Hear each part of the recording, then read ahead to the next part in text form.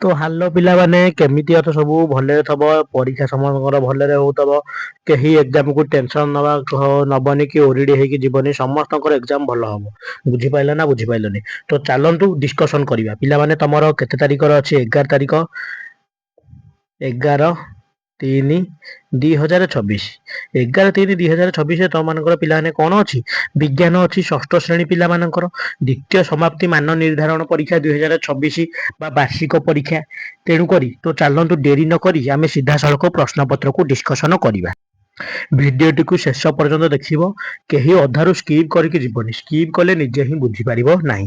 ତ ପିଲାମାନେ ତମେ ମାନେ ପରୀକ୍ଷା ଦଉଛ ଶିକ୍ଷାର୍ଥୀଙ୍କ ନାମ ରୋଲ ନମ୍ବର ବିଭାଗ ତାରିଖ ବିଦ୍ୟାଳୟର ନାମ ବ୍ଲକ ଓ ଜିଲ୍ଲା ତମେ ମାନେ ଏରା ଲେଖିବ ଫିଲଅପ କରିବ ତ ଚାଲନ୍ତୁ ଆଉ ଡେରି କରିବା ତମ ନିରୀକ୍ଷକ ଯିଏ ସେଇଠି ସିଗ୍ନେଚର କରିବେ ତମ କ୍ଲାସ ରୁମ ରେ ଯୋଉ ଟିଚର ପଢିଥିବେ ବା ତମ ଏକ୍ଜାମ କୁ ଯିଏ ନିରୀକ୍ଷଣ କରୁଥିବେ ତ ଚାଲନ୍ତୁ ଡାଇରେକ୍ଟ ପ୍ରଶ୍ନ ପତ୍ର ଉପରେ ଗୁରୁତ୍ୱ ଦବା। ପିଲାମାନେ ଭିଡିଓଟି ମାତ୍ର 8 ମିନିଟ ରୁ 9 ମିନିଟ ଭିତରେ ଭିଡିଓଟି ରହିବ ଭିଡିଓଟିକୁ ଶେଷ ପର୍ଯ୍ୟନ୍ତ ପିଲାମାନେ ଦେଖିବାକୁ ଅନୁରୋଧ କାରଣ ନ ଦେଖିଲେ ତମେ ବୁଝିପାରିବନି ତ ଚାଲନ୍ତୁ ପ୍ରଶ୍ନପତ୍ର ଦେଖିବା।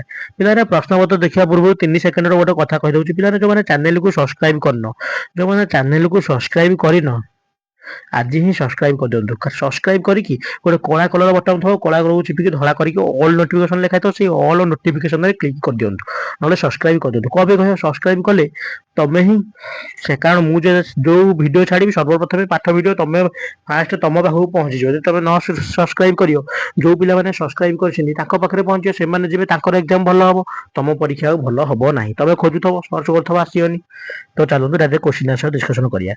ଭିଡିଓଟିକୁ ଲାଇକ୍ କରିଦବ ସାଙ୍ଗମାନଙ୍କ ସହିତ ସେୟାର ମଧ୍ୟ କରିଦବ ଦେଖ ଦେଇଛି କେଉଁ ଜାତୀୟ ଖାଦ୍ୟ ଖାଇବା ଦ୍ଵାରା ଚର୍ମ ଚିକ୍କଣ ରହିଥାଏ ପିଲାମାନେ କେଉଁ ଜାତୀୟ ଖାଦ୍ୟ ସ୍ନେହସାର ଜାତୀୟ ଖାଦ୍ୟ ପିଲାମାନେ ମୁଁ ଡାଇରେକ୍ଟ ଏତେ ଅପସନ କହୁନି ଡାଇରେକ୍ଟ ଆନ୍ସର କହିବି କାରଣ ତମର ବି ଲେଟ୍ ହଉଛି।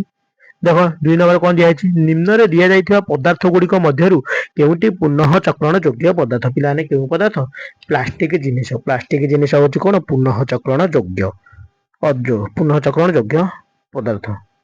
ତାପରେ ନେକ୍ସଟ କଣ ଅଛି ଦେଖିଦବା ପ୍ଲାଷ୍ଟିକ ମଧ୍ୟ ଗୁରେ ଅଛି ପୁନଃ ଚକ୍ରଣ ଅଯୋଗ୍ୟ କିନ୍ତୁ ଏଇ ଅପସନ ମଧ୍ୟରୁ ପ୍ଲାଷ୍ଟିକ ଜିନିଷ ହିଁ ହବ କେଉଁଠି ଯବକ୍ଷାର ଯାନ ବିବନ୍ଧକ ପିଲାମାନେ କଣ ଆଜେଟୋବ୍ୟାକ୍ଟର ହଉଛି କଣ ଯବକ୍ଷାର ଯାନ ବିବନ୍ଧକ।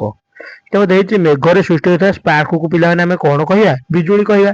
ମେଘରେ ଯୋଉ ସ୍ପାର୍କ ସୃଷ୍ଟି ହୁଏ ତାକୁ କଣ କହିବା ବିଜୁଳି କହିବା ସେଇଥିପାଇଁ ବିଜୁଳି ସାଉଣ୍ଡ ଆଗ ଶୁଭେ ତାପରେ ଘଡଘଡି ଶୁଭେ କାରଣ କଣ ପାଇଁ ଘଡଘଡି ହଉଛି ଶବ୍ଦର ସାଉଣ୍ଡ ଅପେକ୍ଷା ଧ୍ୱନିର ସାଉଣ୍ଡ ଅଧିକ ତୀବ୍ରତର। ତାପରେ ଦେଖ ଦେଇଛି ଚୁମ୍ବକର କେଉଁ ଧର୍ମ ଦିଗ ନିର୍ଣ୍ଣୟ କରିବାରେ ସାହାଯ୍ୟ କରେ। କୋଉ ଧର୍ମ ଦିଗାତ୍ମକ ଧର୍ମ ଦିଗ ନିର୍ଣ୍ଣୟ କରିବାରେ ସାହାଯ୍ୟ କରେ। ଚୁମ୍ବକ ସଦାବେଳେ କୋଉ ଆଡକୁ ଝୁଲିକି ରହେ ନର୍ଥ ଡିରେକ୍ସନକୁ ବା ଉତ୍ତର ଆଡକୁ।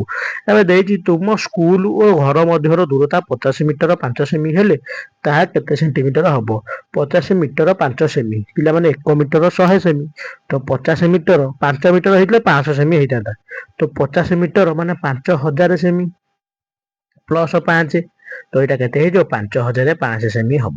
ପିଲାମାନେ ପରୀକ୍ଷା ସମସ୍ତଙ୍କର ଭଲ ହବ କେହି ବ୍ୟସ୍ତ ହୁଅ ନାହିଁ ଭିଡିଓଟିକୁ ଶେଷ ପର୍ଯ୍ୟନ୍ତ ଦେଖ ଅଧାରୁ କେହି ସ୍କିପ କରିକି ଯାଆନି ବୁଝିପାରିଲେ ନା ବୁଝିପାରିଲେନି ପିଲାମାନେ 505 କେହି ଲେଖିକି ଆସିବନି 5005 ଲେଖିବ। ବିଦ୍ୟୁତ ସୁପରିବାହୀ ବସ୍ତୁ ର ଉଦାହରଣ ଦିଅ ପିଲାମାନେ ଧାତବ ତାର ହବ ଧାତବ ବସ୍ତୁ ହବ ଲୁହା ହବ ସର୍ବହାରୀ ପ୍ରାଣୀର ଉଦାହରଣ ଦିଅ ମଣିଷ ଆଉ କୁକୁର ପିଲାମାନେ ସର୍ବହାରୀ ପ୍ରାଣୀ କଣ ଯିଏ ଉଭୟ ପ୍ରାଣୀ ଆଉ ଉଦ୍ଭିଦଙ୍କ ଉପରେ ନିର୍ଭର କରେ। ଚୁମ୍ବକୀୟ ବସ୍ତୁ ହଉଛି କଣ ଲୁହା ନିକେଲ ଇସ୍ପାତ ଚୁମ୍ବକୀୟ ବସ୍ତୁ।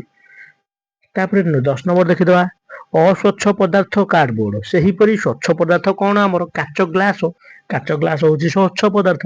ତାପରେ ଭିଟାମିନ ଏ ହଉଛି ପାଚିଲା ଅମୃତଭଣ୍ଡାରୁ ମିଳିଥାଏ ଭିଟାମିନ ସି କେଉଁଠାରୁ ମିଳିଥାଏ ଅଁଳା ଲେମ୍ବୁ କମଳା କାନ୍ଧିଆ ଏକ୍ସେଟ୍ରା କଞ୍ଚା ଲଙ୍କା ଭିଟାମିନ ସି ମିଳିଥାଏ। ଦେଖ ଦେଇଛି ମଣିଷର ଫୁସଫୁସ ଅଛି ସେଇପରି କଙ୍କୁଡାରେ କଣ ଗାଲି ଅଛି ଗାଲି ଦ୍ଵାରା ସେ ଶ୍ଵାସକ୍ରିୟା ସମ୍ପାଦନ କରେ ତାପରେ ଦେଖ ଦେଇଛି ଅସରପାଙ୍କର କଣ ଥାଏ ରେ ଶ୍ଵାସ ରନ୍ଧ୍ର ଥାଏ। ସରଳ ରୈଖିକ ଗତି ସିଧା ରାସ୍ତାରେ ଯାଉଥିବା କାର ଗତି ସରଳ ରୈଖିକ ଗତି ସେ ସିଧା ଯାଉଛି ତା ଯାଇଛି ଆବର୍ତ୍ତି ଗତି କଣ ପୃଥିବୀ ନିଜ ଅକ୍ଷ ଚାରିପଟେ ଯିଏ ଘୁରେ ଆବର୍ତ୍ତି ଗତି ବୃତ୍ତୀୟ ଗତି କଣ ବିଦ୍ୟୁତ ପଙ୍ଖା ବ୍ଲେଡ ଗତି ହେଲେ କଣ ବୃତ୍ତୀୟ ଗତି ଗୋଟେ ଜାଗାରେ ସ୍ଥିର ହେଇକି ବୃତ୍ତ ତିଆରି କରୁଥିଲେ ଘୁରୁଥିଲେ। ଦୋଳନ ଗତି କଣ ଦୋଳି ଭଳିଆ ହେଇଆଡେ ଯାଉଥିବ ପୁଣି ପଛକୁ ଆସିକି ପୁଣି ଯାଉଥିବ ଘଣ୍ଟାର ପେଣ୍ଡୁଲମର ଗତି ଘଣ୍ଟାର ପେଣ୍ଡୁଲମର ଗତି ବା ଦୋଳି ଖେଳିବା ଯୋଉ ଦେଖୁନ ଏଇଟା ଦୋଳନ ହଉଛି ସେଇ ଆଉ ମାନେ ମଝିରେ ଗୋଟେ ତମେ ଯଦି ଗୋଟେ ଗୋଡିକି ଆଳୁକୁ ଝୁଲେଇ ଦବ ମଝିରେ ଝୁଲେଇକି ଛାଡିଦବ ସେ ଏମତି ଦୋଳି ଭଳିଆ ଖେଳିବନି ଏଇଟା ହଉଛି କଣ ଦୋଳନ ଗତି। ତାପରେ ପିଲାମାନେ ନେକ୍ସଟ କୋଶ୍ଚିନ୍ ଦେଖିଦବାରେ ପ୍ଲାଷ୍ଟିକ ମୁଣ୍ଡରେ ଘଷି ପ୍ଲାଷ୍ଟିକ ମୁଣିରେ କୌଣସି ଖାଦ୍ୟ ବା ପରିବା ଚୋପା ରଖି ଫିଙ୍ଗିବା ନାହିଁ। କାରଣ କାହିଁକି? ବେଳେ ବେଳେ ଫୋପାଡ଼ି ଦିଆଯାଉଥିବା ପ୍ଲାଷ୍ଟିକ ମୁଣା ଇତ୍ୟାଦିକୁ ଗାଈ ଗୋରୁମାନେ ଚୋବେଇକି ଖାଇଥାନ୍ତି। ଏତଦ୍ୱାରା ସେମାନଙ୍କ ପେଟରେ ସମସ୍ୟା ସୃଷ୍ଟି ହୁଏ ଏବଂ ସେମାନେ ମୃତ୍ୟୁ ମୁଖରେ ପଡିଯାଇଥାନ୍ତି। ତେଣୁକରି କଣ, ଯେତେବେଳେ ପରିବା ଚୋପା ଫିଙ୍ଗିବ ଖାଲି ଯାଇକି ଫିଙ୍ଗିଦବ, ପ୍ଲାଷ୍ଟିକ ମୁଣିରେ ପୁରେଇକି ଫିଙ୍ଗିବ ନାହିଁ ବା ପଲିଥିନରେ ଫିଙ୍ଗିବ ନାହିଁ। କୁକୁର ଫୁକୁର ଦେଖିବ ଯେତେ ସବୁ ଥିବେ ସବୁ ପଲିଥିନ ସହିତ ଖାଇଦେବେ। ବୁଝିହେଲା ନା ବୁଝିହେଲାନି? ତାପରେ ଦେଖ ଦେଇଛି ସଂକ୍ଷିପ୍ତ ବ୍ୟାଖ୍ୟା କରିବା, ସଂକ୍ଷିପ୍ତ ଟିପ୍ପଣୀ ବା ବ୍ୟାଖ୍ୟା। ଉଚ୍ଛେଦନ ପ୍ରକ୍ରିୟା କଣ, ଆଉ ଗୋଟେ ଦେଇଛି ଘନୀକରଣ। ତ ପିଲାମାନେ ଉଚ୍ଛେଦନ ପ୍ରକ୍ରିୟା କଣ ଦେଖିଦବା। ଉଚ୍ଛେଦନ ଯେଉଁ ପ୍ରକ୍ରିୟାରେ ବୃକ୍ଷ ବଳକା ଜଳକୁ ତ୍ୟାଗ କରି ବା ବାୟୁମଣ୍ଡଳକୁ ନିଷ୍କାସନ କରିଥାଏ ତାହାକୁ ଆମେ କଣ କହିବା? ଉଚ୍ଛେଦନ ପ୍ରକ୍ରିୟା। ଉଚ୍ଛେଦନ ଗ୍ୟାସୀୟ ପଦାର୍ଥକୁ ଥଣ୍ଡା କଲେ ତାହା ତରଳ ପଦାର୍ଥରେ ପରିଣତ ହୁଏ, ତାକୁ କଣ କୁହାଯାଏ? ଘନୀକରଣ। ଗ୍ୟାସୀୟ ପଦାର୍ଥକୁ ଘନୀକରଣ। ତବେ ଦେଖ ପିଲାମାନେ, ଇସ୍ତ୍ରୀର ହ୍ୟାଣ୍ଡେଲରେ ଉପର ଅଂଶ ପ୍ଲାଷ୍ଟିକରେ ତିଆରି ହୋଇଥାଏ କାହିଁକି? ପିଲାମାନେ ଜାଣିଛ ଧାତୁ ହଉଛି ତାପ ସୁପରି ଭାଇ, ଇସ୍ତ୍ରୀ ବା ଆଇରନ ସେ ଲୁହାରେ ତିଆରି ବା ଧାତୁରେ ତିଆରି। ଧାତୁରେ ତିଆରି ବୋଲି ସେ ସିନା ତା ସାର୍ଟକୁ ତାପ ଦଉଛି, ଯଦି ହେଇଠି ତା ମଝିରେ ଆଉ ଗୋଟେ ଲୁହା ଦଣ୍ଡଟେ ଦେଇ ଦେଇଥାନ୍ତି, ତମେ ଯଦି ସେଇଟାକୁ ଧରିଥାନ୍ତା ସେଇଟା ବି ତାତି ଯାଇଥାନ୍ତା। ତେଣୁକରି ପ୍ଲାଷ୍ଟିକ ହଉଛି ତାପ କୁପରି ଭାଇ। ତେଣୁକରି କଣ ହେଇଛି, ଇସ୍ତ୍ରୀରେ କଣ ହୁଏ? ତାପ ସୁପରି ଭାଇ, ପୁଣି ବିଦ୍ୟୁତ କୁପରି ଭାଇ। ତାପ ବିଦ୍ୟୁତ, ତେଣୁକରି ଧାତୁ ହଉଛି ତାପ ବିଦ୍ୟୁତ ସୁପରି ଭାଇ, ପ୍ଲାଷ୍ଟିକ ହଉଛି ଦିଟା ଉପରି ଭାଇ। ତେଣୁ କଣ, ବିଦ୍ୟୁତ ସଂସ୍ପର୍ଶରେ ଆସିଲା ବା ହାତ ଯେମିତି ଆଘାତ ନ ଲାଗିବ ଏବଂ ତାପ ଯେମିତି ରକ୍ଷା ନ ପାଇବ, ସେଇ ଦିଟା କାରଣ ଲେଖିଦବ। ଏଇଠୁ ଗୋଟେ ଗୋଟେ ପିଲାମାନେ ରଫ୍ ଖାତା ପେନ୍ ବାହାର କରିକି ବସ, ଯାହା କହୁଛି ସବୁ କ୍ଲିୟର କରି ଲେଖ। ଦେଇଛି ବନ୍ୟା ଓ ମରୁଡି ମଧ୍ୟରେ ପାର୍ଥକ୍ୟ ଦର୍ଶାଅ। ବନ୍ୟା ଓ ମରୁଡି। ପିଲାମାନେ ବନ୍ୟା କଣ, ଅଧିକା ବର୍ଷା ଜଳ କୂଳେ ନଦୀ କୂଳ ଲଙ୍ଘନ କରି ଦୁଇ ପଟ ପାଣି ପଶିଯାଏ, ଗ୍ରାମର ଅଞ୍ଚଳର ଯେତେ ସବୁ ଚାଷ ବାସ ଜମି ବୁଡି ଯାଇଥାଏ ଏବଂ ଧନ ଜୀବନ ହାନି ହୋଇଥାଏ, ତାକୁ କଣ କହିବା? ବନ୍ୟା। କିନ୍ତୁ ମରୁଡି ମାନେ କଣ, ଦୀର୍ଘ କେତେ ବର୍ଷ ଧରିକି ବର୍ଷା ହବନି। ଆମ ଦେଶରେ ବର୍ଷା ନହେଲେ ଘୋର ଅଭାବ ଦେଖାଯାଏ, ମରୁଡି କୁହାଯାଏ। ଫଳରେ ଗଛ ଲତା ଫୁଲ ଫଳ ସବୁ ଭୂମି ଟାଙ୍ଗେରା ହେଇଯିବ, ବହୁତ ଲୋକ ଅସୁବିଧା ହେବେ, ଖାଇବାକୁ ପାଇବେନି, ବହୁତ ପ୍ରକାର ଅସୁବିଧା। ରାସ୍ତାରେ ଥିବା ବତି ଖୁଣ୍ଟ ସଡକ ଦୁର୍ଘଟଣା ରୋକିବାରେ କିପରି ସାହାଯ୍ୟ କରେ? ପିଲାମାନେ ରାସ୍ତାରେ ଥିବା ବତି ଖୁଣ୍ଟ ଗୁଡିକ ଅତି ଉଚ୍ଚରେ ଥିବାରୁ ଲାଇଟ୍ ଦେଖିବାକୁ ସାହାଯ୍ୟ କରେ। ଏହା ଆଲୋକ ବସ୍ତୁ ଦ୍ଵାରା ଯୋଉ ସୃଷ୍ଟି କରିକି ଛାୟା ଯୋଉ ବସ୍ତୁ ଦ୍ଵାରା ପଡେ, ଫଳରେ କଣ ହୁଏ? ହଁ, ଏହି ଆଲୋକ ବସ୍ତୁର ଛାୟା ସୃଷ୍ଟି କରିପାରେ ନାହିଁ, ଫଳରେ ରାସ୍ତା ପରିଷ୍କାର ଦେଖାଯାଏ, ଦୁର୍ଘଟଣା ରୋକିବାରେ ସାହାଯ୍ୟ କରେ। ସେଇଥିପାଇଁ କଣ, ବତି ଖୁଣ୍ଟରେ ଯୋଉ ଲାଇଟ୍ ବହୁତ ଉପରକୁ ଲଗାଇଥାଏ, ଯେମିତି ପଛରେ ଛାୟା ବା ଇମେଜ ଫର୍ମେସନ ହଉନଥାଉ। ବୁଝିପାରିଲେ ନା ବୁଝିପାରିଲେ? ତବେ ଚୁମ୍ବକୀୟ ଓ ଅଚୁମ୍ବକୀୟ ବସ୍ତୁ ମଧ୍ୟରେ ପାର୍ଥକ୍ୟ ଲେଖ। ତ ଚୁମ୍ବକୀୟ ବସ୍ତୁ ଆଦିକୁ, ଯେଉଁ ବସ୍ତୁ ଚୁମ୍ବକକୁ ଆକର୍ଷଣ କରେ ଚୁମ୍ବକୀୟ ବସ୍ତୁ, ଯେଉଁ ବସ୍ତୁ ଚୁମ୍ବକକୁ ଆକର୍ଷଣ କରେ ନାହିଁ ସେ ହଉଛି କଣ, ଅଚୁମ୍ବକୀୟ ବସ୍ତୁ। ଆଉ ଚୁମ୍ବକୀୟ ବସ୍ତୁର ଉଦାହରଣ ଲୁହା, ନିକେଲ, କୋବାଲ୍ଟ। ଅଚୁମ୍ବକୀୟ ବସ୍ତୁର ଉଦାହରଣ କଣ, ପ୍ଲାଷ୍ଟିକ, ଆଉ ଗୋଟେ ହଉଛି କଣ, ପ୍ଲାଷ୍ଟିକ, ତମ୍ବା, ସୀସା, ଏରା ସବୁ କଣ, ଅଚୁମ୍ବକୀୟ ବସ୍ତୁ। ତାକୁ ଛାଡି ଦେଇକି ଆଉ ଯାହା ରହିଲା, ତାପରେ ଦେଇଛି ମା ସିଲେଇ ମେସିନର ପୋଷାକ ସିଲେଇ କରିବା ସମୟରେ ତୁମେ ମେସିନର କେଉଁ ସବୁ ପ୍ରକାର ଗତି ପରିଲିଖିତ କର? ପିଲାମାନେ ମା ଯେତେବେଳେ ଛୁଞ୍ଚିର ସିଲେଇ କରନ୍ତି, ଛୁଞ୍ଚିର ଗତି ଦେଖିବ ସରଳରେଖିୟ ଗତି, ଛୁଞ୍ଚି ଗୋଟେ ଉପରକୁ ଯାଉଥିବ ଆଉଥିବ, ଯାଉଥିବ ଆଉଥିବ। ମେସିନ ଚକ୍ର ଗତି, ମେସିନ ଚକ୍ର ଗତି ହଉଛି କଣ, ବୃତ୍ତୀୟ ଗତି, ଘୁରୁଥବ। ପିଲାମାନେ ବୁଝିପାରିଲେ ନା ବୁଝିପାରିଲନି? ତ ଦେଇଛି ଦୈର୍ଘ୍ୟ ଦୂରତା ଠାରୁ କିପରି ଭିନ୍ନ? ପିଲାମାନେ ଦୈର୍ଘ୍ୟତା ଦୂରତା ଠାରୁ କିପରି ଭିନ୍ନ? ପିଲାମାନେ ଗୋଟେ ବସ୍ତୁର ଦୁଇ ବିନ୍ଦୁ ମଧ୍ୟରେ ଥିବା ଦୂରତାକୁ ଦୈର୍ଘ୍ୟ କୁହାଯାଏ। ଗୋଟେ ବସ୍ତୁର ଯଦି ଦୁଇ ବିନ୍ଦୁ ମଧ୍ୟରେ ଥିବା ଦୂରତାକୁ କଣ କୁହାଯାଏ? ଦୈର୍ଘ୍ୟ କୁହାଯାଏ। ମାନେ ବସ୍ତୁର ଇଟା ହେଇପାରିବ, ଆଉ କଣ ହେଇପାରିବ, ଟେବୁଲ ହେଇପାରିବ, ଚେୟାର ହେଇପାରିବ, କିନ୍ତୁ ଦୂରତା କଣ, ପୃଥିବୀ ପୃଷ୍ଠର ଦୁଇ ବିନ୍ଦୁ ମଧ୍ୟରେ, ସମଗ୍ର ଆସ୍ଥର ଦୁଇ ବିନ୍ଦୁ ମଧ୍ୟରେ ଥିବା ଦୂରତାକୁ କଣ କହିବା? ଦୂରତାକୁ କଣ କହିବା? ଦୂରତ୍ୱ କୁହାଯାଏ। ତାପରେ ନେକ୍ସଟ ଦେଖିବା, କାଣ୍ଡର ଦୁଇଟି କାର୍ଯ୍ୟ ଲେଖ। ପିଲାମାନେ କାଣ୍ଡ କଣ? ଉଦ୍ଭିଦର ବିଭିନ୍ନ ଅଂଶକୁ ଧରି ରଖିବାରେ ସାହାଯ୍ୟ କରିଥାଏ।